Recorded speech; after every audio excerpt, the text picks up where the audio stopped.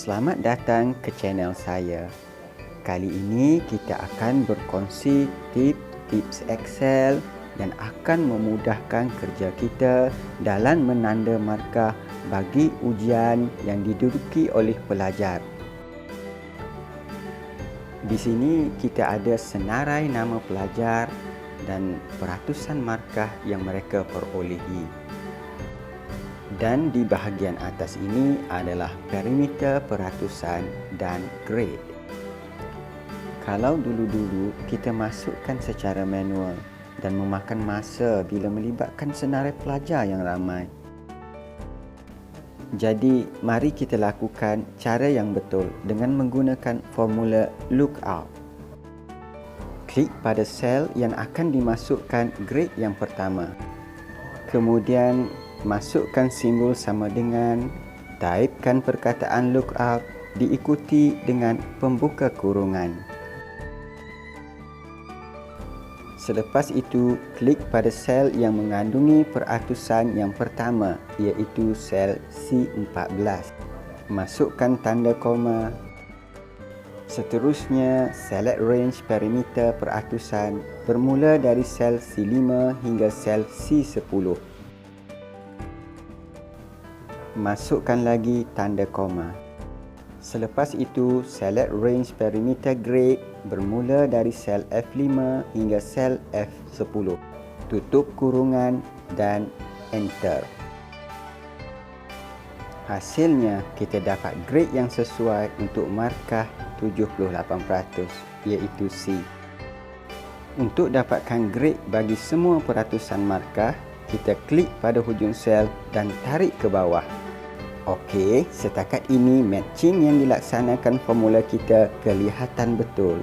Tapi, cuba kita tarik lagi ke bawah dan kita dapati grade dan peratusan tidak lagi matching. Kenapa? Ini kerana semasa memasukkan formula lookup tadi, kita tidak melakukan lock perimeter.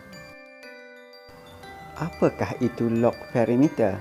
Lock perimeter digunakan untuk mengekalkan lokasi atau koordinat yang digunakan dalam formula dan ia diwakili dengan simbol mata wang.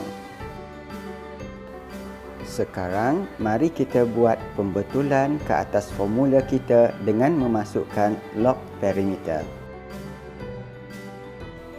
Caranya ialah, mula-mula kita klik pada sel yang mengandungi grade yang pertama, iaitu sel D14. Kemudian, pergi ke formula bar untuk membuat pembetulan dengan memasukkan lock perimeter. Masukkan simbol mata wang sebelum sel bagi setiap perimeter. Di atas terdapat contoh perbezaan di antara formula tanpa lock perimeter dan formula dengan lock perimeter. Setelah selesai membuat pembetulan, tekan enter. Letak cursor pada hujung sel D14 dan tarik ke bawah. Jadi inilah jawapan baru setelah kita memasukkan lock perimeter.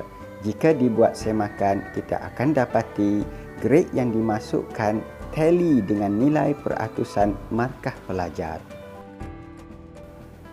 Sekarang kita berkongsi pula cara untuk memasukkan keputusan sama ada lulus atau gagal secara automatik dengan menggunakan formula if. Katakan kita menetapkan markah lulus adalah 60% ke atas.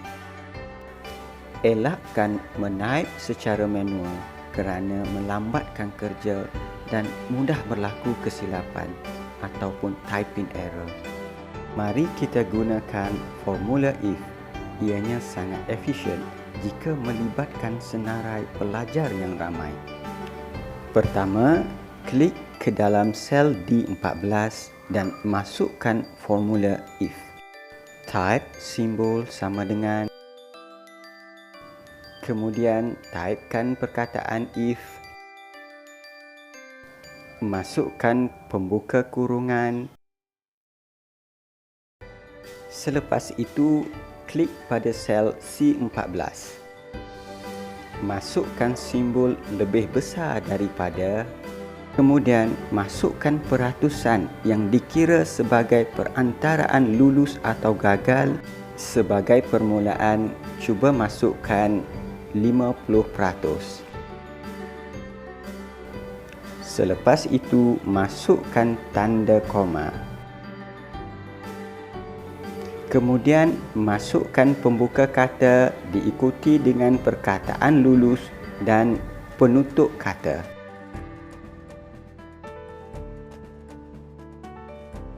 Masukkan lagi sekali tanda koma. Masukkan pembuka kata, taipkan perkataan gagal dan penutup kata. Tutup kurungan dan semak semula formula jika ingin melakukan sebarang pembetulan. Contohnya, kita tukarkan angka peratusan lulus atau gagal dari 50% kepada 60% dan tekan enter. Untuk dapatkan keputusan bagi semua pelajar, klik di hujung sel E14 dan tarik ke bawah. Jadi, inilah keputusan sama ada lulus atau gagal bagi setiap pelajar. Setakat itu sahaja 2 tips atau formula Excel yang saya kongsikan pada kali ini. Mudah-mudahan memberi manfaat kepada semua.